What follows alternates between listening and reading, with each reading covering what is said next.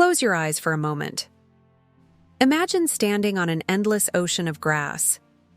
The wind moves through it like waves on water, and the sky above you stretches so wide it feels like you could fall upward into infinity. Now imagine thunder. Not from the sky, but from the earth itself. The ground trembles beneath your feet, and then you see them. Thousands upon thousands of buffalo, their dark bodies flowing across the horizon like a living river. This was the Great Plains. This was home. For thousands of years, a people lived here who understood something most of us have forgotten. They understood that the earth is not something you own. It is something you belong to. They called themselves the Lakota, the riders of the Great Plains, the children of the sacred circle, but their story is not safely tucked away in history books. It is alive. It breathes in the drum songs that echo across reservations today.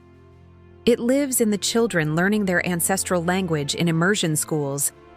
It pulses in the hearts of dancers at the Sundance ceremony, offering their pain so that their people might live. This is not a story about the past. This is a story about survival, about a people who faced genocide, cultural destruction, and systematic erasure, and yet refused to disappear. This is about resistance. This is about revival. This is about what it means to be Lakota in a world that tried to make them vanish. Over the next 90 minutes, I'm going to take you on a journey. We'll ride across the Great Plains when they were untouched by fences and borders. We'll sit in ceremony with white buffalo calf women and receive teachings that have sustained a nation for centuries. We'll stand at Wounded Knee and witness the darkest chapter of American history. And we'll emerge into the present day, where against all odds, the Lakota are reclaiming everything that was stolen. This is the story of the Lakota Sioux. And it begins where all great stories begin, in the time before time, when the world was young and the buffalo walked with the gods. Before there were nations, before there were borders drawn on maps, before anyone thought to claim ownership of the earth, there was the Great Plains. Picture it, an expanse of grassland so vast that a person could walk for weeks and never reach its edge. From what we now call Canada in the north to Texas in the south, from the Mississippi River in the east to the Rocky Mountains in the west, this ocean of grass rolled on, broken only by rivers that cut through it like veins carrying lifeblood. This was not empty land. This was not wilderness waiting to be tamed. This was a living, breathing ecosystem that supported millions of creatures. The grass itself was a marvel, with roots that reached 10 feet deep into the rich black soil. In spring, wildflowers painted the plains in every color imaginable. In summer, the grass grew so tall that a man on horseback could disappear into it. In autumn, it turned gold and bronze, rippling in waves under an endless sky. And in winter, it lay dormant beneath blankets of snow, waiting patiently for the wheel to turn again. The Lakota people did not conquer this land. They did not tame it or terraform it or bend it to their will. They learned its rhythms. They moved with its seasons. They listened to its voice. Because to the Lakota, the land had a voice. It spoke in the whisper of wind through grass. It spoke in the crash of thunder and the gentle patter of rain. It spoke in the songs of birds and the howl of wolves. The Lakota called themselves Oceti Sakowin, the 7 council fires. 7 bands, 7 tribes, united by blood and language and a shared understanding of what it meant to live in harmony with creation. The Oglala, known for their fierce warriors and visionary leaders. The Sikangu, the burnt thigh people, named for a legendary fire that marked their origin. The Hunkpapa, those who camp at the entrance, the protectors of the circle. The Miniconju, those who plant by the water. The Sihasapa, the Blackfeet Sioux, not to be confused with the Blackfeet Nation to the north. The Uhanumpa, the Two Kettles Band. And the Itazipko, the Without Bows, who earned their name after losing their weapons in a river crossing and learning to fight in new ways. Each band had its territory, its leadership, its particular customs. But all of them shared one sacred truth. They were children of the same Mother Earth and Father Sky. They were siblings in the great family of creation. And at the center of that creation, moving like a heartbeat across the plains, was the buffalo. To understand the Lakota, you must first understand the buffalo. Not just as an animal, but as a relative. The Lakota called the buffalo Tatanka. And Tatanka was not prey to be hunted without thought. Tatanka was a sacred being, a gift from the Creator, a teacher and provider. Imagine seeing a buffalo herd for the first time. Not a handful of animals in a zoo or preserve, but a herd as it once existed. Tens of thousands of buffalo moving together, their hooves shaking the earth so hard you could feel it in your bones from miles away. The sound was like constant thunder. The dust they kicked up rose so high it looked like storm clouds on the horizon. When they passed through a river, the water would turn dark with their bodies, and you could walk across the river on their backs. Scientists estimate that before European contact, there were between 30 and 60 million buffalo on the Great Plains. 60 million. That number is almost impossible to grasp. These herds were one of the greatest concentrations of large mammals the world has ever seen, rivaling the great migrations of Africa. And the Lakota lived among them, not as outsiders or predators, but as part of the same ecosystem. The Lakota followed the buffalo herds, moving their camps with the seasons. In summer, the buffalo grazed on the fresh grass of the northern plains. In winter, they moved south to find shelter and food. And the Lakota moved with them, an endless dance of migration that had gone on for thousands of years. When the Lakota hunted buffalo, it was not sport, it was survival. But more than that, it was ceremony. Before a hunt, the people prepared themselves spiritually. They purified themselves in the sweat lodge. They prayed and made offerings of tobacco. The hunters asked permission from the buffalo spirits. They asked for forgiveness in advance for the life they were about to take, because the Lakota understood something profound. Every time you eat, something must die so that you can live. That is the way of the world.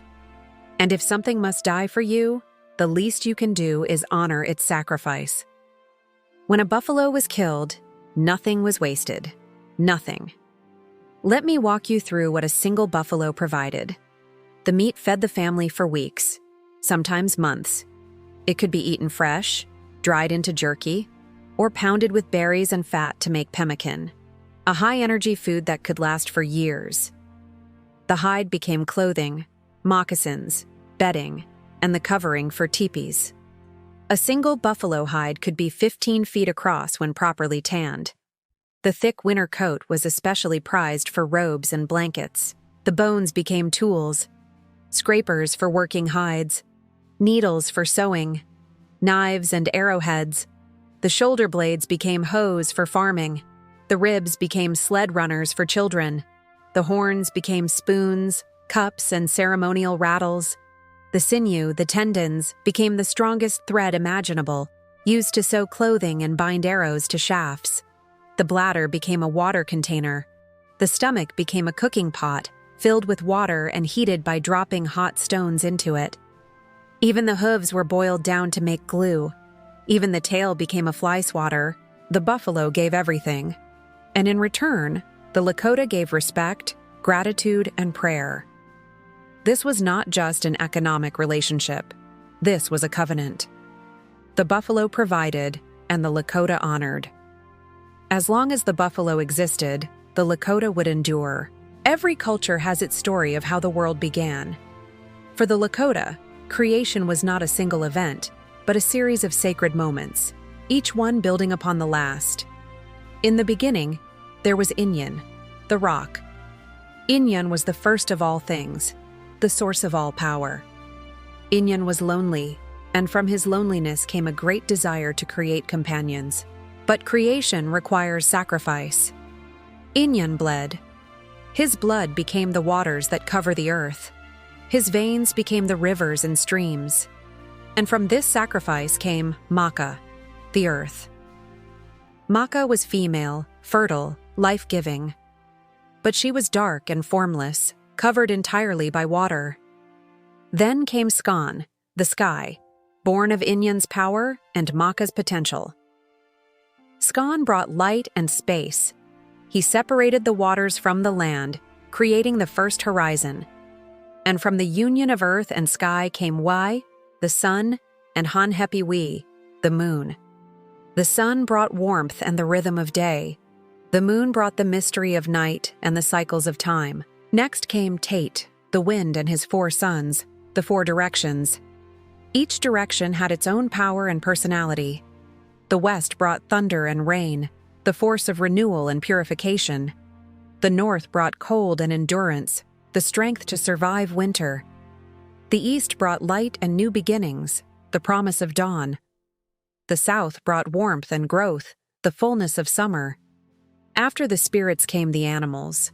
First the winged creatures, the birds who could travel between earth and sky. Then the 4-legged animals, who walked upon Maka and made her their home. Then the creatures of the water, who swam in the blood of Inyan. And finally, last of all, came the 2-legged beings. Humans. This is important. Humans were created last. The Lakota believed that this meant humans were the youngest, the most vulnerable, the least experienced. All the other beings, the plants and animals and elements, they were the elders. They had been here longer. They knew more, and so humans had to learn from them. The eagle taught courage and vision. The bear taught healing and introspection. The wolf taught loyalty and the importance of family. The buffalo taught generosity and sacrifice. This is the Lakota worldview. Humans are not separate from nature. Humans are not above nature. Humans are the youngest children in a very large family, and they have much to learn from their older siblings. One of the most important teachers was yet to come. Her name was White Buffalo Calf Woman, and her arrival would change the Lakota forever. But before we speak of her, we must understand how the Lakota lived in those early days, when the world was still wild and the circle was unbroken. If you want to understand the Lakota, you must understand the circle. The Lakota saw circles everywhere. The sun is round. The moon is round. The earth curves in all directions. The seasons move in a circle, from spring to summer to autumn to winter, and back to spring again. Life itself is a circle, from birth to death to rebirth. The Lakota organized their entire world around this principle. Their camps were arranged in circles, with each family's teepee forming part of a larger ring. In the center of the camp was an open space, the heart of the community, where ceremonies were held and decisions were made. No teepee was more important than another. No family sat at the head of the circle because there was no head. Everyone was equal. Everyone was essential. Inside the teepee, people sat in a circle around the fire. When the sacred pipe was passed, it moved in a circle. When stories were told, everyone had a chance to speak, moving around the circle until all voices had been heard. This was democracy in its purest form, not rule by the majority, but consensus built through patience and respect. The Lakota recognized 4 sacred directions, and each one carried deep meaning. The east was the direction of the rising sun, the place of birth and new beginnings. Its color was yellow, like the dawn. Its season was spring. Its time of life was childhood. When you faced east, you were asking for illumination, for clarity, for the courage to begin new things. The south was the direction of summer and growth. Its color was red, like the blood that flows through all living things. Its season was summer. Its time of life was youth and adolescence. When you faced south, you were asking for strength, for passion, for the energy to grow and learn. The west was the direction of the setting sun, the place of introspection and transformation. Its color was black, like the darkness of night or the storm clouds that bring rain. Its season was autumn. Its time of life was adulthood. When you faced west, you were asking for wisdom, for the ability to look inward, for the courage to face your shadows and grow from them. The north was the direction of winter and endurance. Its color was white, like snow. Its season was winter. Its time of life was old age. When you faced north, you were asking for perseverance, for the strength to survive hardship, for the wisdom that comes with long experience. But the circle didn't stop with the 4 directions. There was also the sky above and the earth below, and the center where you stood, the 7th direction, the place of the heart. In every prayer, in every ceremony, the Lakota acknowledged all 7 directions, honoring the totality of creation. This worldview shaped everything. The Lakota didn't believe in ownership of land. How can you own your mother? How can you buy and sell the earth that gave you life? Instead, they believed in stewardship. The land was entrusted to them, and their job was to care for it, to ensure it remained healthy and abundant for the generations yet to come. Leadership was not about power or wealth. It was about service and sacrifice. A chief was expected to be the most generous person in the band, giving away his possessions to those in need. Decisions were made through council, with everyone having a voice. Warriors earned respect not by killing enemies, but by acts of courage that protected their people. A warrior who touched an enemy in battle without killing him earned more honor than one who killed from a distance. This was called counting coup, and it demonstrated bravery, skill, and restraint. Women held tremendous power in Lakota society. They owned the tipis and everything in them. They controlled the distribution of food. They had the authority to tell a lazy or abusive husband to leave. In council meetings, the women's voices carried weight, especially the elder women who had lived long enough to see the patterns of life repeat themselves. This was a society built on balance. Male and female, young and old, individual and community, human and nature. The circle held everything in equilibrium, and as long as the circle remained unbroken, the people thrived. For most of their history, the Lakota were pedestrians. They walked everywhere, following the buffalo herds on foot. It was a hard life, but a sustainable one. They used dogs to help carry their belongings, loading supplies onto a travois, a kind of sled made from teepee poles. The dogs could only carry so much, which meant the Lakota had to travel light. Their teepees were smaller, their possessions fewer. Then everything changed. In the late 1600s, the Spanish, who had colonized Mexico and the American Southwest, brought horses with them from Europe. Some of these horses escaped. Others were stolen in raids by indigenous peoples.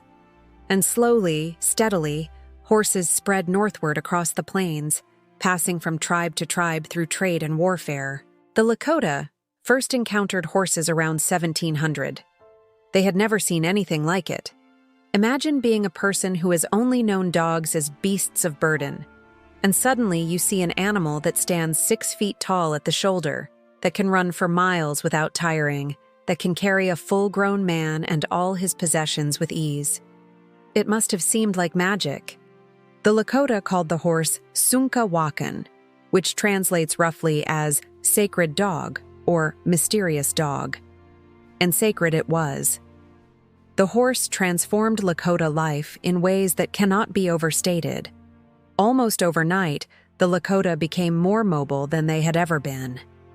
They could travel farther and faster. They could hunt buffalo more efficiently, chasing them on horseback and shooting arrows with deadly accuracy while riding at full gallop. The horse also allowed them to carry more. Their teepees grew larger, their possessions more numerous. They could transport more dried meat, more hides, more tools. This increased their food security and their overall standard of living. The horse didn't just make life easier, it made the Lakota more powerful, more prosperous, and more dominant. But it also made them targets. The Great Plains became increasingly competitive. Tribes that had coexisted for generations now found themselves in conflict over the best hunting grounds, the best grazing land for their horses, and the horses themselves. Raiding became common. Young men earned prestige by stealing horses from rival tribes. A man's wealth was measured in horses. A successful warrior might own dozens of them. The Lakota became master horsemen. They developed techniques that amazed European observers. They could ride bareback at full speed, hanging off the side of the horse to use its body as a shield while shooting arrows or firing rifles underneath its neck. They could break wild horses in days. They could communicate with their horses through subtle shifts in weight and leg pressure, leaving their hands free for weapons. The horse gave the Lakota a golden age. For about 150 years, from roughly 1700 to 1850, the Lakota were at the height of their power. They expanded their territory westward, pushing into the Black Hills and beyond. They became the dominant force on the northern plains. They hunted successfully. They lived abundantly. The circle held strong. But far to the east, across an ocean they had never seen, forces were gathering.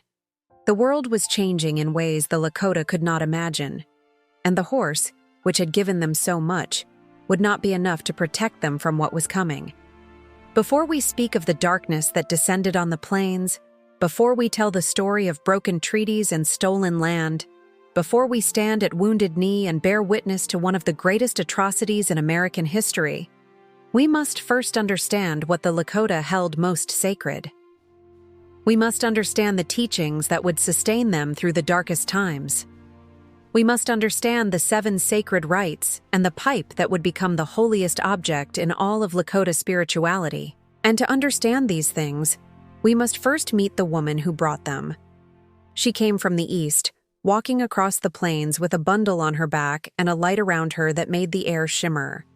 She came at a time when the people needed her most, and her teachings would echo across the centuries, remaining alive even when everything else seemed lost. Her name was White Buffalo Calf Woman, and her story begins with 2 hunters, a moment of temptation, and a miracle that no one who witnessed it would ever forget. This is where we go next. Into ceremony, into the sacred, into the heart of what it means to be Lakota. Long ago, before the Lakota had horses, in a time when the people still followed the buffalo on foot, there came a summer of terrible drought. The grass withered and turned brown. The rivers ran low. The buffalo became scarce, moving in search of better grazing. The people were hungry. Not starving, not yet, but hungry enough that worry crept into their conversations. Hungry enough that the elders began to make decisions about rationing food. Hungry enough that hunters were sent out every day, searching for game. 2 young hunters left camp one morning, traveling far from the main group. They climbed to the top of a high hill, hoping to spot buffalo in the distance. As they stood there, scanning the horizon, one of them pointed. There, in the distance, something was moving toward them. At first, they thought it might be an animal, but as it drew closer, they realized it was a person, a woman, walking alone across the plains. This was unusual. Dangerous even. For a woman to travel alone in those days invited attack from rival tribes or wild animals. But as she came closer still, the hunters realized this was no ordinary woman. She seemed to glow with an inner light. Her dress was made of white buckskin, so finely tanned it seemed to shine. Her hair was long and black, hanging down to her waist, and she carried a bundle wrapped in buffalo hide. One of the hunters, a young man whose thoughts were not pure, felt desire rise in him. He turned to his companion and said, "This woman is beautiful. I will go and take her for my wife." His friend tried to stop him, warned him that there was something sacred about this woman, something that should not be approached with lust. But the first hunter would not listen. He walked toward the woman, his intentions clear. She stood still, waiting. When he reached her, she smiled and gestured for him to come closer. He stepped forward eagerly, and then a cloud descended, thick and white, surrounding them both. The second hunter watched in horror, unable to see what was happening inside the cloud. He heard no sound. He saw no movement. And then, just as suddenly as it had appeared, the cloud lifted. The woman stood exactly where she had been, unchanged. But the first hunter was gone. In his place was a pile of bones, picked clean, as if he had been dead for years. The woman turned to the second hunter, who stood frozen in terror. She spoke. Her voice was gentle but carried a power that made the earth itself seem to listen. "Do not be afraid," she said. "Your friend's fate was of his own choosing. He approached me with a heart full of selfish desire. That is not the way. Return to your people. Tell them to prepare a ceremonial lodge. I am coming to bring them a gift. Tell them to make ready, for what I bring will sustain them for all generations to come." The hunter ran. He ran faster than he had ever run, back to the camp, stumbling over rocks and gasping for breath. When he arrived, he went straight to the chief and told him everything. The chief immediately ordered the people to prepare. The largest teepee was erected in the center of camp. The ground inside was cleared and swept clean. Sage was burned to purify the air. The people dressed in their finest clothing. Children were bathed and hair was combed. Everyone who could be there gathered, sitting in a great circle, waiting in silence. And then she appeared, walking into camp as if she had been expected all along, carrying her bundle, that same otherworldly glow surrounding her. The people parted to let her pass. She entered the ceremonial lodge and sat in the place of honor. The chief sat across from her. The elders flanked them, and everyone else filled the circle, watching, waiting, barely daring to breathe. White buffalo calf woman placed the bundle in front of her. Slowly, with reverence, she unwrapped it. And there, nestled in the soft buffalo hide, was a pipe. The pipe was unlike anything the people had seen. The bowl was carved from red stone, a sacred stone that would later be known to come from a quarry in what is now Minnesota. The stone was called Catlinite by white men, but to the Lakota, it was the blood of their ancestors turned to stone over countless generations. The bowl was smooth and rounded, warm to the touch even in the cool morning air. The stem was made of wood, ash wood, straight and strong. It had been decorated with porcupine quills dyed in bright colors, and eagle feathers hung from leather thongs attached to it. The feathers moved slightly in the breeze, as if the pipe itself were breathing. White buffalo calf woman lifted the pipe and held it up for all to see. Then she began to teach. She explained that the pipe was a sacred instrument, a tool for prayer, a bridge between the earth and the sky. When tobacco was placed in the bowl and lit, the smoke would carry prayers upward to Wakantanka, the great mystery, the force that holds all creation together. But the pipe was more than a tool. It was a symbol. Every part of it represented something essential to life. The stone bowl represented the earth, the source of all physical life. The wooden stem represented all the plants that grow from the earth, everything green and growing. The 12 feathers that decorated it represented the eagle and all winged creatures. The carvings on the bowl depicted the buffalo and all four-legged animals. And the person who smoked the pipe represented all two-legged beings, all humans. When you smoked the pipe, you brought all of these elements together. You united earth and sky, plant and animal, physical and spiritual. You became, for that moment, a living embodiment of the sacred circle. This is why the pipe was so powerful. It was not about the tobacco or the smoke. It was about connection. It was about remembering that all things are related, all things are connected, all things are sacred. White buffalo calf woman taught the people how to use the pipe properly. Before lighting it, you must offer it to the 6 directions: sky, earth, and the 4 cardinal points.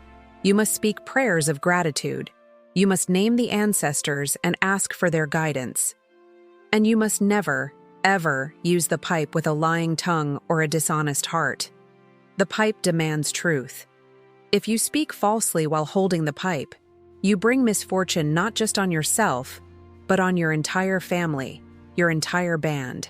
The pipe was to be used for important moments, for treaty negotiations, ensuring that all parties spoke truthfully, for healing ceremonies, calling upon the spirits to aid the sick, for vision quests, helping the seeker connect with the sacred, for naming ceremonies, welcoming new members into the community, for mourning, helping the grieving find peace.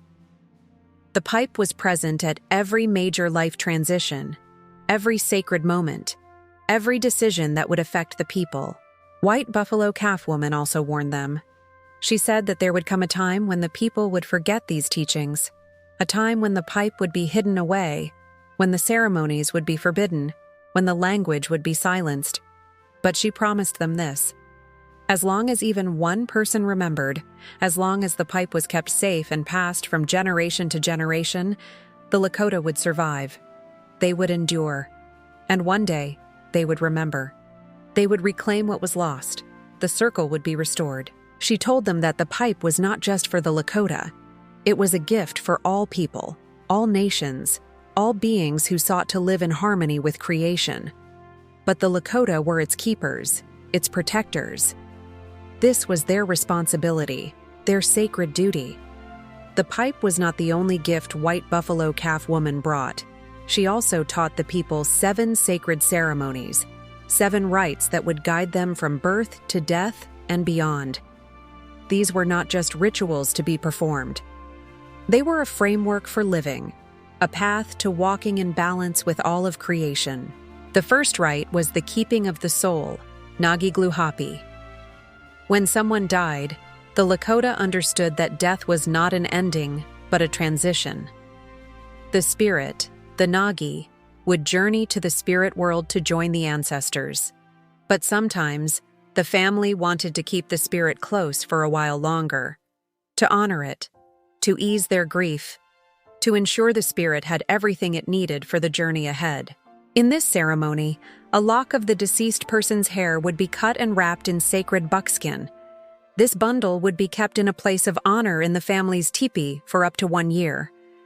During that time, the family would feed the soul by placing small portions of food and water near the bundle. They would speak to it, sharing their days, their worries, their love. It was a way of maintaining connection, of easing the separation gradually rather than all at once. At the end of the year, a great feast was held. The entire band gathered. The soul bundle was opened, and a final ceremony was performed to release the spirit. Prayers were spoken, songs were sung, and the family publicly gave away many of their possessions to honor the deceased. This act of generosity, the giveaway, helped the living let go of their attachment to material things and freed the spirit to complete its journey. This rite taught the people that grief is sacred, that relationships extend beyond death, and that letting go is an act of love. The second rite was the Inipi, the purification ceremony, known to many as the Sweat Lodge. A small dome-shaped structure was built from bent willow branches and covered with hides and blankets to keep the heat in. Rocks were heated in a fire until they glowed red, then brought into the lodge and placed in a pit in the center. Water was poured over the rocks, creating intense steam. Inside the lodge, in complete darkness, the participants would pray and sing. The heat was overwhelming, almost unbearable.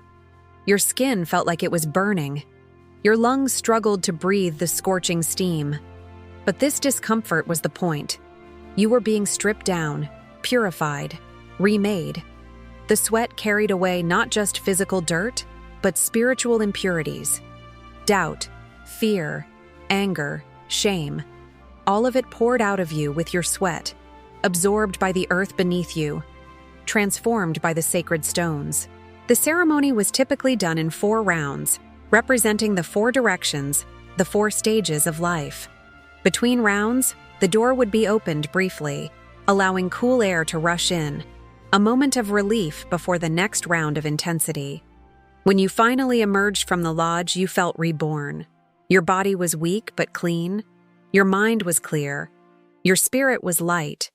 The Inipi prepared people for other ceremonies, healed the sick, and renewed those who had lost their way. The third rite was the vision quest, Hanblachayapi, which translates as crying for a vision.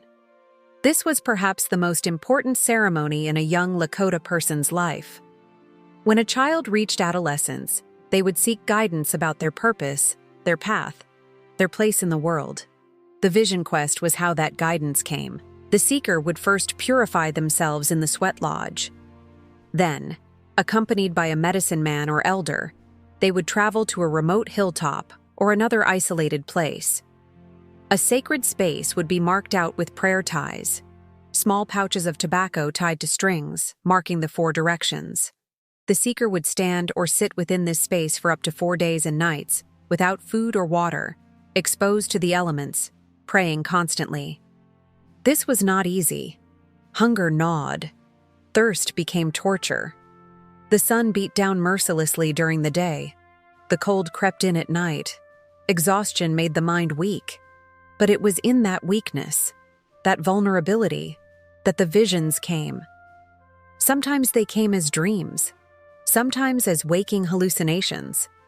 Sometimes an animal would appear, a hawk, a wolf, a bear, and speak to the seeker, offering guidance and claiming them as kin. When the seeker returned to camp, they would share their vision with the elder who had guided them. Together, they would interpret its meaning.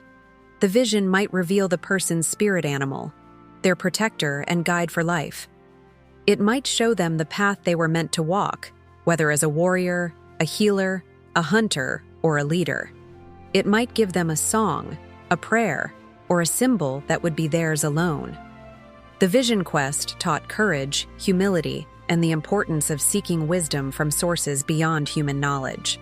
The 4th rite was the sun dance, Wiwanyag Wachipi, which means gazing at the sun dance. This was the most physically demanding and spiritually powerful of all the ceremonies. It was not undertaken lightly. The sun dance was a prayer made flesh, an offering of pain and endurance for the well-being of the entire community. The ceremony took place once a year, usually in the summer. A large arbor was built in the shape of a circle, open to the sky. In the center stood a sacred tree, a cottonwood carefully chosen and ceremonially cut. This tree represented the axis mundi, the center of the world, the connection point between earth and sky. Dancers, usually men but sometimes women, prepared for days beforehand. They fasted. They purified themselves. They prayed. On the day of the dance, they would have wooden skewers pierced through the skin of their chest or back. Rawhide ropes attached to these skewers were then tied to the sacred tree. For hours, sometimes days, the dancers would move around the circle, pulling against the ropes, staring at the sun, blowing eagle bone whistles, praying without ceasing. The pain was intense. The heat was overwhelming. But they did not stop. They danced until the skewers tore free from their flesh, leaving them bloodied and exhausted. This was their sacrifice. They gave their pain, their blood, their suffering as a prayer for the people, for healing, for abundance, for protection. The sun dance was banned by the U.S. government in the late 1800s. They called it barbaric, savage, proof that Indians needed to be civilized. But the Lakota continued to perform it in secret, hidden from government agents, because they understood something the government did not. This was not about pain for pain's sake. This was about sacrifice. It was about giving the most precious thing you have, your own body, your own comfort, for the good of others. It was the highest expression of selflessness and communal love. The 5th rite was the making of relatives, hunkapi. Not all kinship is born of blood. Sometimes the strongest bonds are those we choose. This ceremony formalized those chosen bonds, making 2 people or 2 families into relatives as real and binding. The ceremony began with purification in the sweat lodge. Then, in a formal gathering, the 2 parties would sit facing each other. A medicine man or elder would facilitate the ceremony, speaking prayers and invoking the spirits to witness what was about to occur. The sacred pipe was smoked, passed between the 2 parties, sealing their commitment with the most sacred object the Lakota possessed. Gifts were exchanged, not small tokens, but significant possessions that demonstrated the seriousness of the bond being created. A fine horse, a beautifully worked buffalo robe, weapons, tools, things of real value. These exchanges weren't transactions. They were symbols of the trust and mutual obligation being established. Once the ceremony was complete, the two parties were relatives in every sense of the word. They had the same obligations to each other as biological siblings or parents and children. They would protect each other, provide for each other, honor each other. If one family faced hardship, the other would share what they had. If one was attacked, the other would come to their defense. If one celebrated, the other would rejoice with them. This ceremony extended the Lakota concept of family beyond bloodlines. It created networks of mutual support that strengthened the entire community. It also allowed for alliances between different bands or even different tribes, creating peace and cooperation through kinship rather than political treaties. The Hunkapi taught that family is not just something you're born into. It's something you build, something you choose, something you commit to with your whole heart. The sixth rite was Ishna ta awi cha lawan, the preparing a girl for womanhood ceremony. When a young girl experienced her first menstrual cycle, it marked a profound transition. She was no longer a child. She was becoming a woman, taking on the sacred power of life-giving that only women possess. Far from being something shameful or hidden, this transition was celebrated publicly. A special teepee was erected for the girl, decorated and made beautiful. For several days, she would remain in this teepee, separated from the daily life of the camp. During this time, elder women would visit her, teaching her about the responsibilities and powers of womanhood. They taught her about her body, about relationships, about child-rearing, about the sacred role women play in maintaining the balance of the community. The girl was instructed in women's crafts, how to tan hides until they were soft as cloth, how to create intricate beadwork, how to sew clothing that would withstand the harsh plains weather, how to prepare food, how to set up and take down a teepee. But more than practical skills, she learned spiritual wisdom. She learned about the sacred connection between women and the earth, both life-givers, both nurturers. She learned that menstruation was not a curse, but a sign of her body's power to create life. At the end of her isolation period, a great feast was held. The girl emerged wearing new clothes, beautiful and ceremonially significant. Her family gave away many possessions to honor her and to demonstrate their gratitude for the blessing of watching her grow into womanhood. From that day forward, she was treated not as a child, but as a woman, with all the respect and responsibility that entailed. This ceremony taught the entire community that women are sacred, that the transition to womanhood is holy, that female power is to be honored, not feared or controlled. It gave young women confidence, knowledge, and a clear understanding of their value to the people. The seventh and final rite was Tapa Wanka Yap, the throwing of the ball ceremony. This was primarily a ceremony for children, but its lessons applied to everyone. A ball was made, carefully crafted and painted with the colors of the 4 directions: yellow for east, red for south, black for west, white for north. At the center of the ball was a symbol representing Wakantanka, the Great Mystery. During the ceremony, a young girl was chosen to throw the ball to the gathered people. She would stand in the center of a circle and throw the ball toward each of the 4 directions. People would scramble to catch it, and whoever caught it received a blessing and a gift from the girl's family. The symbolism was rich and layered. The ball represented the universe, the sacred hoop of the world. Throwing it in the 4 directions represented the scattering of blessings across all creation. Trying to catch the ball represented the human effort to grasp the sacred, to connect with the divine.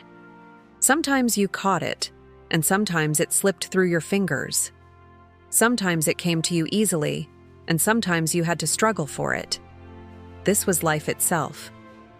The ceremony taught that connection with the sacred is both a gift and a pursuit.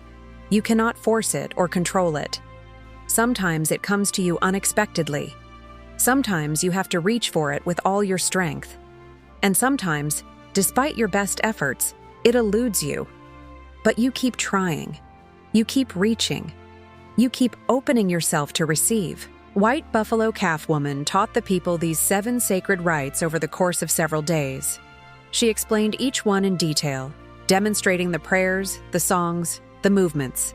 The people listened with absolute attention, knowing they were receiving something precious, something that would guide them for generations to come. But the ceremonies were not just rituals to be performed on special occasions, they were expressions of a way of life.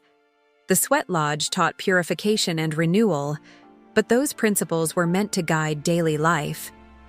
The Vision Quest taught seeking guidance from the spiritual realm, but that seeking was meant to be constant, not limited to a 4-day fast on a hilltop. The Sun Dance taught sacrifice for the community, but that sacrificial spirit was meant to infuse every action. The pipe tied all of these teachings together. It was present at every ceremony, used to seal every important commitment, smoked before every major decision. The pipe reminded the people of what White Buffalo Calf Woman had taught them. All things are related, all things are sacred, all things are connected. When you smoked the pipe, you acknowledged your relationship with everything. You acknowledged that the tobacco in the bowl was a gift from the plant world. You acknowledged that the stone of the bowl came from the earth. The blood of your ancestors turned to stone over countless generations. You acknowledged that the wood of the stem came from trees that had stood for decades, weathering storms, providing shelter for birds and animals. You acknowledged that the feathers decorating the pipe came from eagles who had soared close to the sun and touched the realm of spirits. And you acknowledged your responsibility. Because with sacred knowledge comes sacred responsibility. You cannot live in the sacred circle and act selfishly. You cannot honor the pipe and speak lies. You cannot perform the ceremonies and then go out and harm your relatives, human or otherwise. The teachings demanded integrity. They demanded that your actions align with your prayers. This is why the pipe was treated with such reverence. It was kept wrapped when not in use, often in a special bundle decorated with quill work and beads. It was never laid on the ground carelessly. It was never touched by those who were intoxicated or angry. It was handled with the same care you would show a newborn child, because in many ways, that's what it was. A new life, a new way of being, born into the world through White Buffalo Calf Woman's teachings. After teaching the people everything they needed to know, White Buffalo Calf Woman prepared to leave. The people begged her to stay, but she explained that her work here was done. The teachings had been given. The pipe had been entrusted to them. Now it was their responsibility to live according to these sacred ways. But before she left, she made a prophecy. She told them that difficult times were coming. She said there would be a period of great darkness, when the people would suffer, when the buffalo would disappear, when the sacred ceremonies would be forbidden, when the language would be silenced.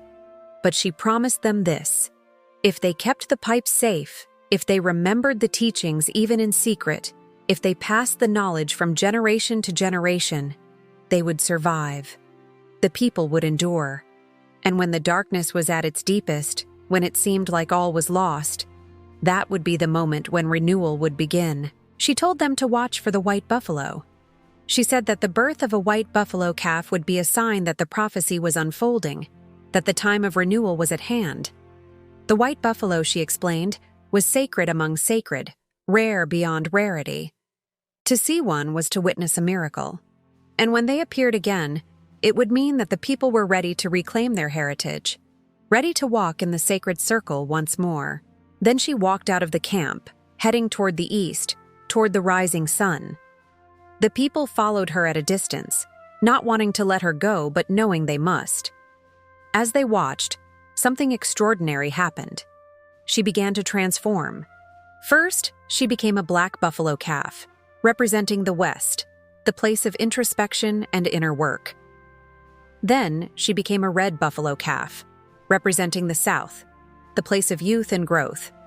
Then, she became a yellow buffalo calf, representing the East, the place of illumination and new beginnings. And finally, she became a white buffalo calf, representing the North, the place of wisdom and endurance, the place of the ancestors. In each form, she walked a few steps, then transformed again. And finally, as a white buffalo calf, she disappeared over the horizon, leaving the people standing in awe, their hearts full of gratitude, their spirits renewed, their path forward made clear. The Lakota never forgot her. White buffalo calf woman became the central figure in their spiritual life. The pipe she gave them, the original sacred pipe, was passed from keeper to keeper for generations. It is still kept by the Lakota today, still honored, still used in ceremony, still treated as the most sacred object in their possession. Her teachings sustained the people through everything that came after, through the arrival of the Oceti, through the slaughter of the buffalo, through the forced marches to reservations, through the horror of Wounded Knee, through the boarding schools and the systematic attempt to erase Lakota identity. Through all of it, the pipe remained. The ceremonies continued, even in secret. The teachings were passed down, whispered from elder to child in the darkness. And now, in our time, White Buffalo Calf Woman's prophecy is coming true. White buffalo calves have been born in recent decades, rare and miraculous, and the Lakota people are reclaiming their language, their ceremonies, their identity. The renewal is happening, the circle is being restored. But before we speak of renewal, we must first speak of what was almost lost. We must stand at Wounded Knee and witness the depths of human cruelty. We must understand what the Lakota survived, because only then can we truly appreciate the miracle of their endurance. This is where our journey now takes us, into the darkness, into the battle for survival, into the long, bitter struggle for freedom. For thousands of years, the Lakota lived in relative isolation on the Great Plains. They had conflicts with neighboring tribes, certainly. They competed for resources, for hunting territory, for horses. But these were conflicts within a shared understanding of how the world worked. Everyone involved understood the rules. Everyone understood the sacred. Then the Oceti came. The white settlers. The people who took the fat and left nothing for others. At first, they were few and easily managed. Fur traders came, seeking beaver pelts and buffalo hides. Some of them were respectful, learning the language, following protocol, trading fairly. They brought goods the Lakota found useful: metal knives that held an edge better than stone, steel needles that made sewing easier, rifles that made hunting more efficient. But they also brought something the Lakota had no defense against: disease. Smallpox, measles, cholera, influenza, viruses and bacteria that had evolved alongside European populations for millennia. Europeans had some immunity, built up over countless generations of exposure. The Lakota had none. The first smallpox epidemic hit the plains in the 1780s. Imagine a disease that kills 3 out of every 4 people it infects. Imagine it spreading through a population that has no concept of contagion, no understanding of quarantine, no immunity whatsoever. Entire villages were wiped out. The death toll was catastrophic, though we'll never know the exact numbers because no one was left to count. Those who survived were often scarred, literally and figuratively. Smallpox left survivors with pockmarked faces, sometimes blinded, always traumatized, and more epidemics came. Every few decades, another wave of disease swept through, killing thousands. The population crashed. Elders who carried centuries of accumulated knowledge died before they could pass it all on. Children who should have grown to lead the people never lived to see adulthood. But the Lakota endured. They rebuilt. They adapted. They continued to live according to the sacred teachings, continued to follow the buffalo, continued to honor the pipe. And for a time, there was a balance. The fur traders came and went. The Lakota controlled their own territory. The world, though changed, still made sense. Then the 1840s arrived, and everything accelerated. Gold was discovered in California. Thousands of settlers began pouring west along the Oregon Trail, which cut directly through Lakota territory. These weren't traders looking for furs. These were families in wagons, heading west to claim land, to build farms, to establish towns. They saw the Great Plains not as a home to be respected, but as an obstacle to be crossed as quickly as possible. The wagon trains disrupted the buffalo herds. They overgrazed the grass. They brought more disease. And they brought an attitude that was fundamentally incompatible with the Lakota worldview. These settlers believed land could be owned, bought, sold, fenced off. They believed in manifest destiny, the idea that white Americans had a God-given right to expand across the continent, that the indigenous peoples who already lived here were simply in the way. Conflicts began. Settlers killed buffalo for sport, leaving the bodies to rot. They killed Indians out of fear or hatred or simple casual cruelty. Indians retaliated, attacking wagon trains, stealing horses and supplies. The U.S. government sent in the army to protect the settlers. And suddenly, the Lakota found themselves at war with a nation that had resources they couldn't imagine. Millions of people, factories that produced weapons and ammunition in endless supply, railroads that could move armies across the continent in days rather than months.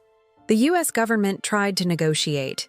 In 1851, they invited representatives from various Plains tribes to Fort Laramie in Wyoming for a treaty council.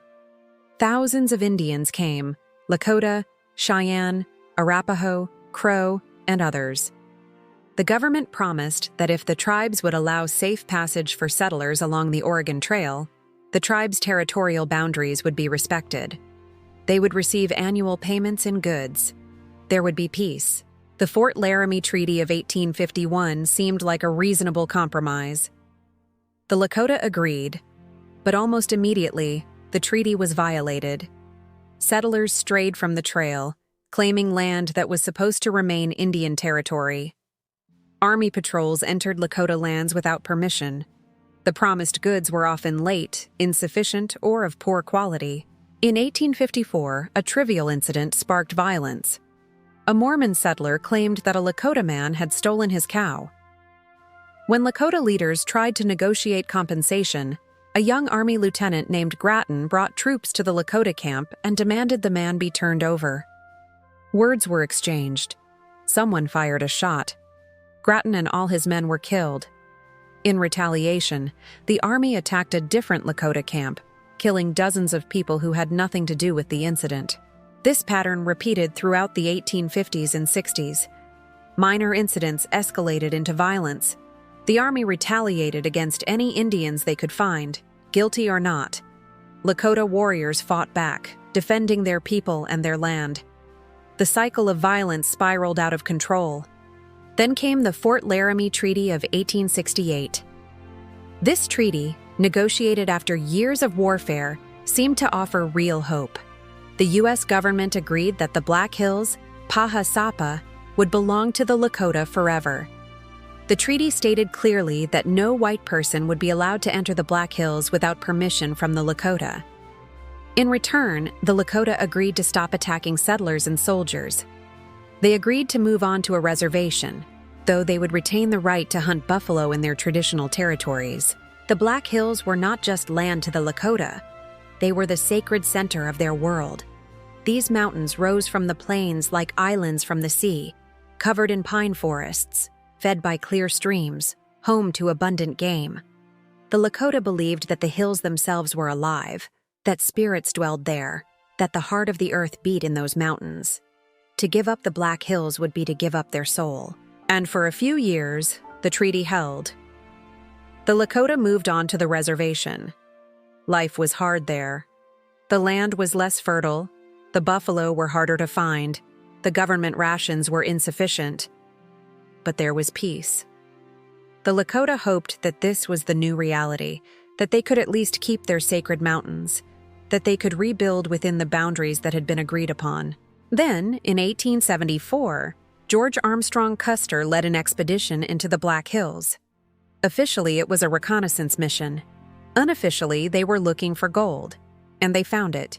When news of the discovery reached the east, it triggered a gold rush. Thousands of miners poured into the Black Hills. trespassing on Lakota land in direct violation of the treaty. The U.S. government made a half-hearted attempt to keep the miners out, but they lacked the will to enforce it. Then they changed tactics. They offered to buy the Black Hills. Commissioners came to negotiate with the Lakota. The chiefs refused. The Black Hills were not for sale at any price. They were sacred. They were home. They were the center of the Lakota universe. So the government stopped asking. In 1876, they issued an ultimatum. All Lakota must move onto the reservation immediately, or they would be considered hostile and subject to military action.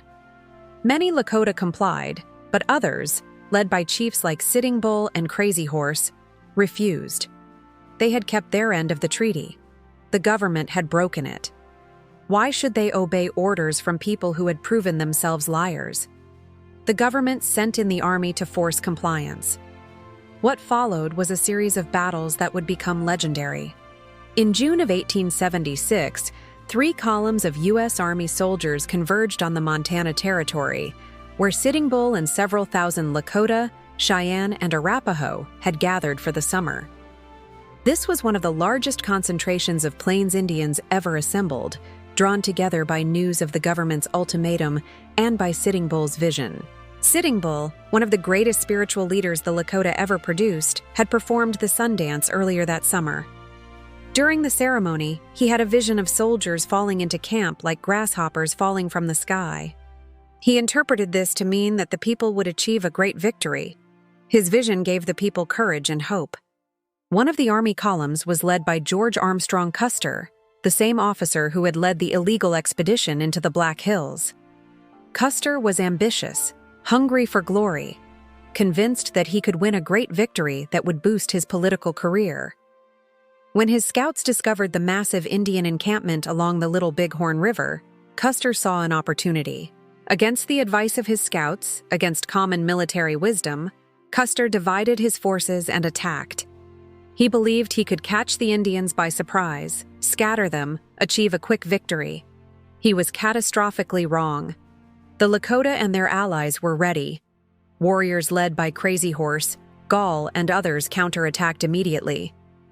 They had the numbers, they knew the terrain, and they were fighting for their families who were camped just beyond the battlefield. The battle was brief and brutal. Custer's immediate command, over 200 men, was wiped out to the last soldier. Custer himself died on a hillside, surrounded by the bodies of his men. The Battle of Little Bighorn was the greatest military victory Native Americans ever achieved against the U.S. Army. It demonstrated that the Plains Indians were not helpless victims. They were skilled warriors, capable of defeating a modern army when they had the numbers and the element of surprise. But the victory was also the beginning of the end. News of Custer's defeat shocked the American public. The Army's response was overwhelming. They poured resources into the campaign, hunting the Lakota relentlessly. They tracked them through summer and into winter, attacking their camps, destroying their food supplies, killing their horses. Crazy Horse, perhaps the greatest warrior the Lakota ever produced, continued to resist. He led his people through a brutal winter, moving constantly to stay ahead of the army, raiding when he could, surviving against impossible odds. But by the spring of 1877, his people were starving and exhausted. He surrendered, bringing his band onto the reservation. A few months later, under circumstances that remain murky and disputed, Crazy Horse was killed by soldiers at Fort Robinson. Some say he was resisting arrest. Others say he was assassinated, murdered because the government feared he might leave the reservation and inspire another resistance. Whatever the truth, his death marked the end of armed resistance for most Lakota. Sitting Bull fled north to Canada with his followers, where they lived in exile for 4 years. But eventually, as the buffalo disappeared and his people faced starvation, he too returned and surrendered in 1881. The great leaders, the warriors who had defeated Custer, were now prisoners on reservations, their power broken, their way of life destroyed. By the late 1880s, reservation life was a kind of slow death. The buffalo were gone, slaughtered by professional hunters hired specifically to deprive the Indians of their food source. By 1889, fewer than 1,000 buffalo remained of the tens of millions that had once covered the plains. The Lakota, who had lived in abundance, were now dependent on government rations. And those rations were often withheld or arrived spoiled, part of a systematic policy to force assimilation. Children were taken from their families and sent to boarding schools like the Carlisle Indian School in Pennsylvania, where they were beaten for speaking Lakota, where their hair was cut, their traditional clothing burned, their names changed to English ones. The goal was explicit: kill the Indian, save the man. Destroy the culture, the language, the identity, and replace it with white American civilization. The sacred ceremonies were outlawed. The sun dance was specifically banned as barbaric. Medicine men who performed traditional healing were arrested. The sacred pipe was hidden away. People who practiced the old ways did so in secret, risking imprisonment if discovered. In this environment of despair and oppression, a new spiritual movement emerged. In 1889, a Paiute prophet named Wovoka, living in Nevada, had a vision during a solar eclipse. In this vision, he saw the world renewed. The white settlers would disappear. The buffalo would return. The dead ancestors would come back to life. The earth would be restored to what it was before contact, before the destruction, before the genocide. The path to this renewal, Wovoka said, was a new ceremony: the ghost dance. If people would dance this dance, if they would sing the songs and live righteously, if they would abstain from violence and follow the teachings, the prophecy would come to pass. The ghost dance spread like wildfire across the reservations. For people living in hopelessness, it offered hope. For people who had lost everything, it promised restoration. The Lakota embraced it with particular fervor. They danced for days at a time, men and women together, moving in a circle, singing songs of renewal and reunion with the ancestors. Some Lakota added their own element to the ghost dance. They created ghost shirts, painted with sacred symbols, believing these shirts would protect them from the white man's bullets. This belief would prove tragically mistaken. The U.S. government saw the ghost dance as a threat. Indian agents reported that the Indians were becoming fanatical, that they were preparing for war. Troops were sent to the reservations to suppress the movement.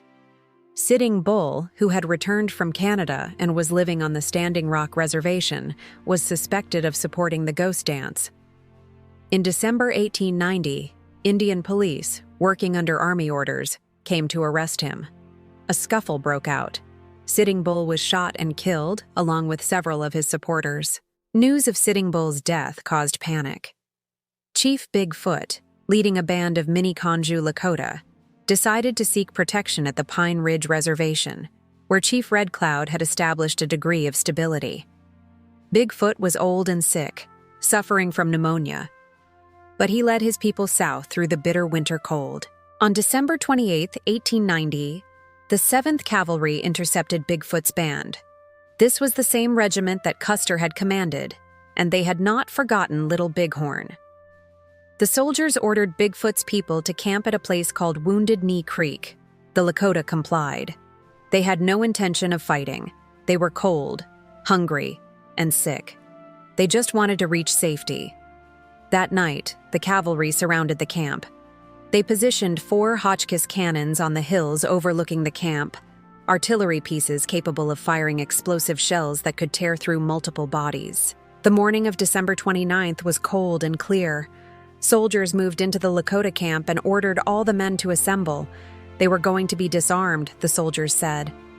The Lakota were uneasy but cooperative. They gathered in a semicircle, sitting on the frozen ground. Soldiers began searching the teepees, confiscating weapons. They found a few rifles, mostly old and damaged. The Lakota men sat watching, tense but hoping this would be over quickly. Then one of the soldiers grabbed a deaf Lakota man named Black Coyote. Black Coyote had paid a lot for his rifle and didn't want to give it up. He raised it over his head, protesting, trying to explain. The soldiers didn't understand. They grabbed at him. In the struggle, the rifle went off. The sound of that single shot was like a match thrown into dry grass. The soldiers opened fire immediately. At point-blank range, they shot into the Lakota men sitting on the ground. The Hotchkiss cannons on the hills opened up, firing explosive shells directly into the camp, into the teepees where women and children were sheltering. Chaos erupted. Some Lakota men fought back with whatever weapons they could find: knives, clubs, the few rifles they had hidden. But most people ran. They ran for the ravines, for any cover they could find. The soldiers chased them down. They shot women carrying babies. They shot children trying to hide. They shot the elderly who couldn't run fast enough. Bigfoot, sick with pneumonia, was shot while trying to stand. His body was found later, frozen in the snow, his hand raised as if pleading for mercy. The killing went on for hours. When it was finally over, nearly 300 Lakota lay dead, 2/3 of them women and children. Their bodies were left where they fell, freezing in the snow. A blizzard moved in that night, covering them with white. 3 days later, on New Year's Day, 1891, a burial party arrived. They threw the frozen bodies into a mass grave, not bothering to identify them or lay them out with dignity. They piled them in like cordwood and covered them with earth. The soldiers who participated were later awarded Medals of Honor. 20 of them received the United States' highest military decoration for what happened at Wounded Knee. Wounded Knee was not a battle, it was a massacre. It was the murder of unarmed men, women, and children. And it marked the end of the Indian Wars. After Wounded Knee, armed resistance was over. The Lakota were broken, confined to reservations, their culture suppressed, their children stolen, their future seemingly erased. But they endured. Somehow, against all odds, they endured. The decades following Wounded Knee were perhaps the darkest in Lakota history. The physical violence had ended, but cultural genocide was just beginning in earnest. The goal was no longer to kill Indians, but to erase them, to destroy their identity so completely that within a generation or two, there would be no Indians left. Only brown-skinned Americans who had forgotten they were ever anything else. The weapon of choice was education. Starting in the 1870s and intensifying after Wounded Knee, Indian children were forcibly removed from their families and sent to boarding schools. Some were hundreds of miles from home. Parents who refused to give up their children were threatened with imprisonment or starvation. Their rations would be withheld until they complied. The most infamous of these institutions was the Carlisle Indian Industrial School in Pennsylvania, founded in 1879 by Captain Richard Henry Pratt. Pratt's philosophy was captured in a speech he gave: "Kill the Indian in him and save the man." This was not metaphor, this was policy. When children arrived at these schools, their transformation began immediately. Their hair was cut short. For Lakota children, this was deeply traumatic. Long hair was sacred, a sign of strength and identity. Cutting it was what you did for mourning, a sign of grief and loss. The children wept as their hair fell to the floor. Their traditional clothing was taken and burned. They were given uniforms, military style for boys, Victorian dresses for girls. They were assigned English names, often pulled randomly from lists. A child might arrive as Tashunka Kokipapi, meaning young man afraid of his horses, a proud name carrying his father's legacy, and become simply John Smith. Speaking Lakota was strictly forbidden. Children caught speaking their language were beaten with leather straps. They had their mouths washed out with soap. They were locked in dark closets for hours or days. They were publicly humiliated in front of their peers. The message was clear: your language is worthless, your culture is savage, your identity is something to be ashamed of. Many children died at these schools. Disease was rampant in the crowded dormitories. Tuberculosis, influenza, and other illnesses swept through regularly. Some children died from the abuse. Others died from heartbreak, literally pining away for homes and families they weren't allowed to contact. When children died, they were often buried at the school rather than sent home. Their families sometimes never learned what happened to them. Those who survived and returned home were traumatized in ways that rippled through generations. They had been beaten for speaking Lakota. So many refused to teach it to their own children, wanting to spare them the pain. They had been taught that traditional ways were primitive and wrong. So many abandoned the ceremonies. They had been sexually abused, physically brutalized, and emotionally broken. So many struggled with addiction, violence, and suicide. This trauma didn't stay with individuals. It spread through families and communities. The boarding school generation raised children who never learned the language, never participated in ceremonies, grew up disconnected from their culture. And those children raised another generation even further removed. By the 1970s, the Lakota language was in crisis. The number of fluent speakers was dropping rapidly. Most were elderly. Young people might understand a few words or phrases, but few could speak conversationally. It seemed entirely possible that within another generation or two, the language would die completely. The same was true of spiritual practices. The sun dance had been banned in 1883. Vision quests were forbidden. Sweat lodges were destroyed. Medicine men were arrested. For decades, these practices survived only in secret, hidden from government agents and reservation police. Some families kept the traditions alive, passing them down quietly, taking enormous risks to maintain that connection. But many families, broken by the boarding schools and by decades of poverty and oppression, lost touch with the old ways entirely. The sacred pipe, the gift of white buffalo calf woman, was kept safe through all of this. It was passed from keeper to keeper, always Lakota, always someone willing to accept the enormous responsibility. But it was hidden, brought out only for the most secret and sacred ceremonies, always with the fear that discovery might mean its confiscation or destruction. But something happened in the 1960s and 70s that began to turn the tide.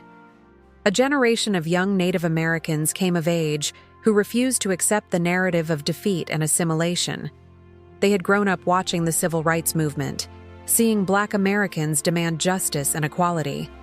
They had watched as colonial empires crumbled around the world and indigenous peoples reclaimed their sovereignty. And they began to ask, if others can do this, why can't we? In 1968, the American Indian Movement was founded.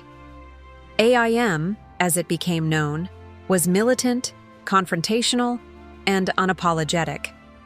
They occupied the abandoned federal prison on Alcatraz Island, claiming it for Indian peoples and demanding that the government honor its treaties. They organized protests and marches. They demanded the return of stolen lands, the end of police brutality on reservations, the restoration of treaty rights. In 1973, AM members occupied the village of Wounded Knee on the Pine Ridge Reservation, the site of the 1890 massacre. They held the village for 71 days, surrounded by federal agents and U.S. Marshals. The standoff ended with a negotiated settlement, but the occupation had achieved something crucial. It brought national and international attention to the conditions on reservations and to the ongoing struggle of Native peoples.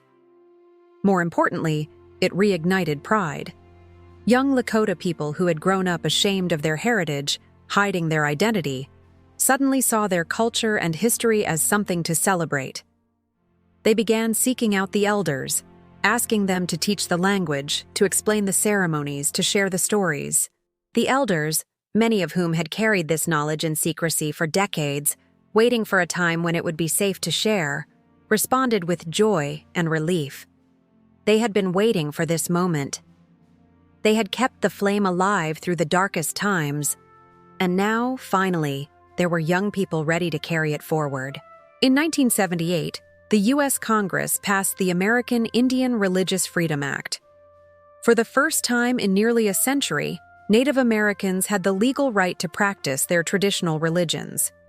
The sun dance, the vision quest, the sweat lodge, all of them could now be performed openly. The sacred pipe could be brought out without fear. The first public sun dance after the ban was lifted was an emotional event beyond description. Hundreds of people gathered, many of them traveling from distant reservations. Elders who had performed the ceremony in secret, who had pierced their flesh in hidden places far from prying eyes, now danced openly under the sun. Young men who had never experienced the ceremony, who had only heard stories, stepped forward to offer their sacrifice. The sound of eagle bone whistles filled the air. The drummers sang the old songs, their voices strong and clear after decades of being forced into whispers. People wept openly, not from sadness, but from release, from relief, from the overwhelming emotion of reclaiming something that had been stolen. The sun dance was more than a ceremony. It was a declaration. It said, "We are still here. We have not forgotten. We have not surrendered. The circle is unbroken." Language revitalization efforts began in earnest. Educators, activists, and community members came together to create immersion schools where children could learn Lakota as their first language, the way their ancestors had. The first of these schools faced enormous challenges. There were almost no teaching materials. The orthography, the written form of the language, was inconsistent, with different communities using different spelling systems. Funding was scarce, with most reservation schools already desperately underfunded. But they persisted. Elders were recorded, their voices captured on tape, sharing stories, songs, and teachings in pure Lakota. These recordings became invaluable resources, preserving not just vocabulary, but pronunciation, rhythm, and the subtle nuances that make a language alive rather than academic. Linguists worked with native speakers to create standardized dictionaries and grammar texts. This was delicate work. Some elders resisted, worried that writing the language down would somehow diminish its sacredness, that some knowledge was meant to be transmitted orally, person to person, generation to generation. Others embraced the written materials as tools that could help ensure the language survived, even if the number of speakers continued to decline. The immersion schools started small, often with just a handful of students meeting in someone's living room or in a community center. But they worked. Children who grew up in these programs became fluent speakers, thinking in Lakota, dreaming in Lakota, living in a Lakota-speaking world for at least part of their day. And then they brought the language home, teaching their parents and grandparents words and phrases, reversing the tragic pattern of the boarding school era. One of the most powerful aspects of language revival was the recovery of concepts that don't exist in English. The Lakota language embodies a worldview, a way of understanding reality that is fundamentally different from European languages. For example, Lakota verbs are animate or inanimate.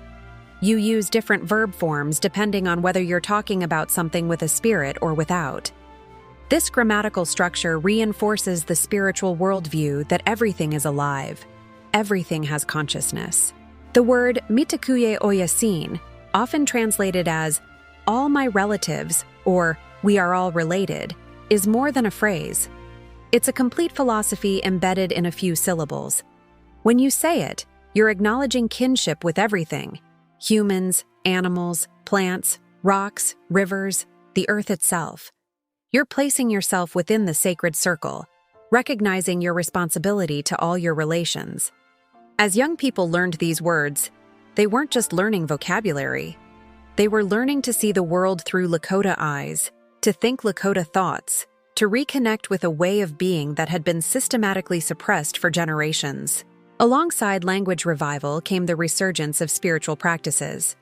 The sun dance, now legal, grew larger each year. What had once been small, hidden gatherings became major events drawing hundreds of participants and observers. The ceremony became a focal point for cultural renewal, a place where people could reconnect with tradition, with spirituality, with each other. Vision quests resumed. Young people, seeking direction in their lives, once again climbed to hilltops to fast and pray for 4 days and nights. Some had powerful experiences, visions that gave them purpose and direction. Others struggled through the experience without receiving the dramatic vision they hoped for, but found value in the process itself, in the discipline, the sacrifice, the willingness to be vulnerable before the sacred. The sweat lodge became common again. On nearly every reservation, you could find lodges where people gathered regularly to purify themselves, to pray, to heal. The sweat lodge became particularly important for healing trauma. Veterans returning from Vietnam, struggling with PTSD, found that the intensity of the sweat lodge experience helped them process what they had been through. People struggling with addiction found that regular participation in sweat lodge ceremonies gave them the spiritual foundation to recover. Families broken by generations of abuse and dysfunction found that coming together in ceremony helped rebuild trust and connection. The sacred pipe ceremonies resumed openly. Pipe carriers, individuals entrusted with their own pipes and trained in their proper use, became more common. The pipes were present at naming ceremonies, welcoming new babies into the community and giving them their Lakota names. They were present at weddings, blessing the union. They were present at funerals, helping ease the journey of the deceased to the spirit world. But the revival wasn't without challenges and controversies. As interest in Native spirituality grew, non-Native people began seeking access to ceremonies. Some came with respect and genuine interest. Others came as spiritual tourists, treating sacred practices like entertainment or exotic experiences to be collected. Worse still, some non-natives began presenting themselves as medicine people, charging money to lead sweat lodges or vision quests, commodifying sacred practices and often doing them incorrectly or even dangerously. The Lakota community had to navigate this carefully. On one hand, the teachings of White Buffalo Calf Woman had emphasized that the pipe was a gift for all people, that the sacred was meant to be shared. On the other hand, there was real harm being done when sacred practices were appropriated, stripped of their cultural context, and commercialized. Many Lakota elders took the position that non-natives could participate in ceremonies if invited by the community, if they came with respect and humility, but that they should not try to lead ceremonies or profit from them. Another challenge was internal division within the Lakota community itself. Generations of Christianity had left their mark. Many Lakota people were devout Christians, seeing no contradiction between their faith and their cultural identity. But others felt that Christianity was the religion of the colonizers, that embracing it was a betrayal of traditional ways. These tensions sometimes led to conflicts within families and communities. Some Lakota people worked to blend the traditions, finding ways to honor both their Christian faith and their indigenous heritage. They might attend Catholic Mass on Sunday and participate in a sweat lodge on Thursday. They might pray to Jesus and also make offerings to the four directions. Others insisted on a complete return to traditional spirituality, rejecting Christianity entirely as part of the healing process. There was also the practical challenge that decades of suppression had created gaps in knowledge. Some ceremonies had been lost entirely, with no living memory of how they were performed. Others survived, but with variations, as different families had preserved them in different ways. Piecing together the complete picture required extensive consultation with elders, comparison of different accounts, and sometimes accepting that certain knowledge might be gone forever. But despite all these challenges, the revival continued and strengthened. Each year, more young people learned the language. Each summer, more dancers participated in the sun dance. Each naming ceremony, each sweat lodge, each pipe ceremony was an act of resistance and renewal. The Lakota were not just remembering their past. They were actively rebuilding their present and reclaiming their future. And then the prophecies began to manifest. In 1994, on a farm in Wisconsin, a white buffalo calf was born. The calf, named Miracle, drew international attention.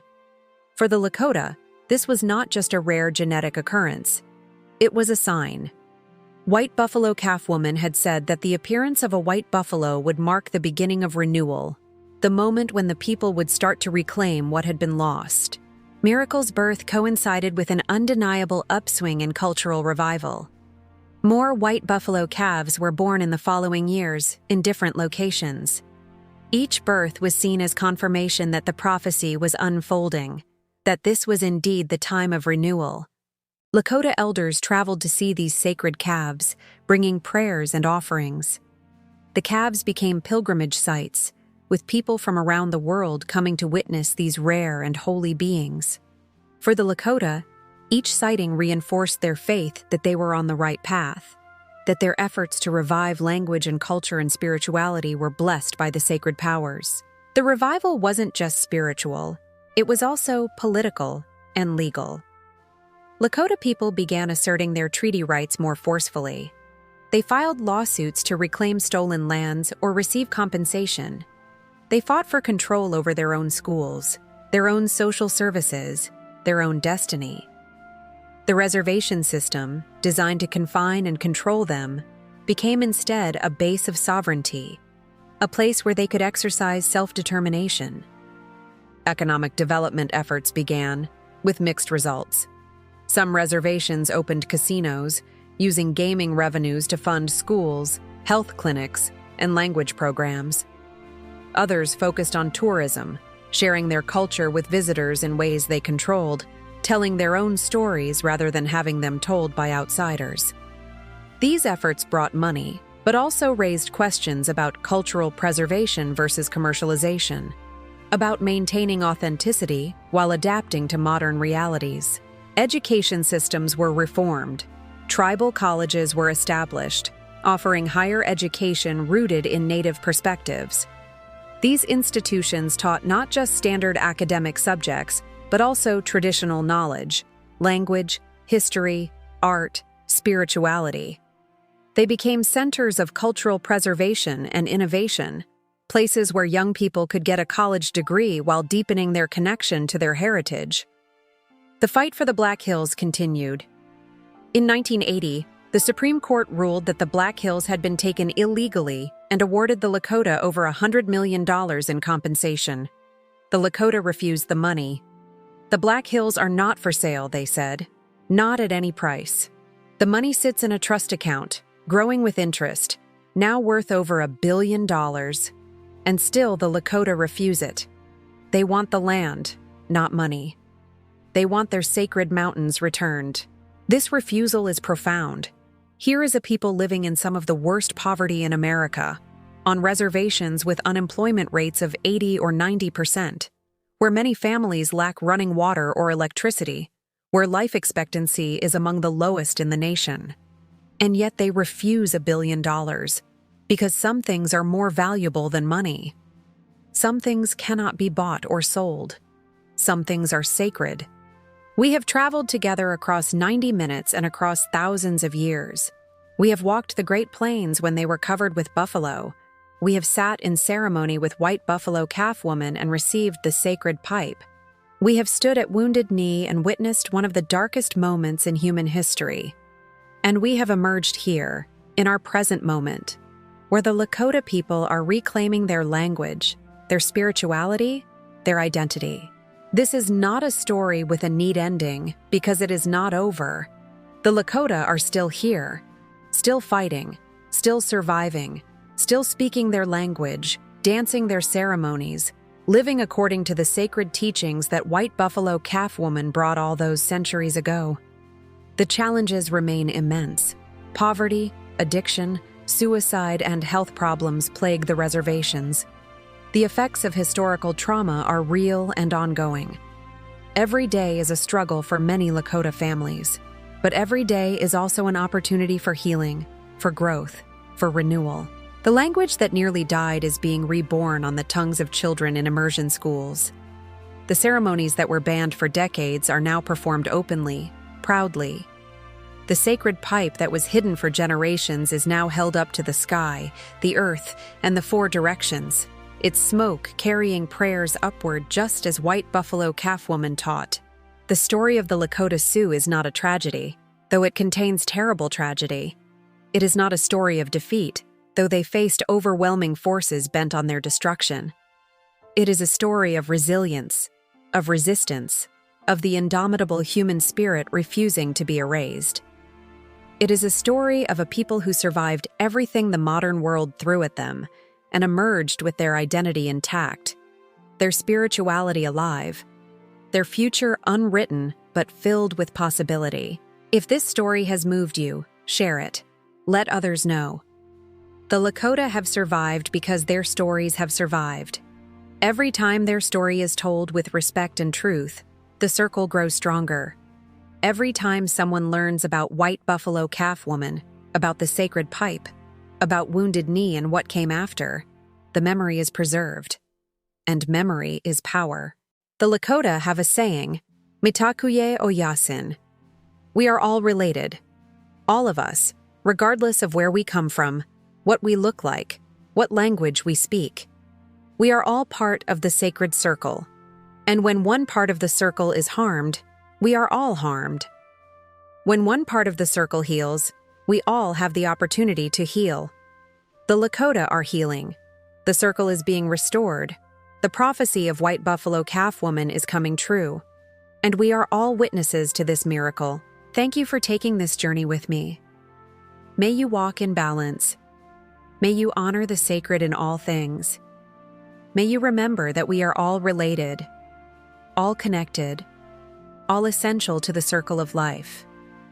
Mitakuye o Yasin. We are all related. Hechetuwelo. It is so.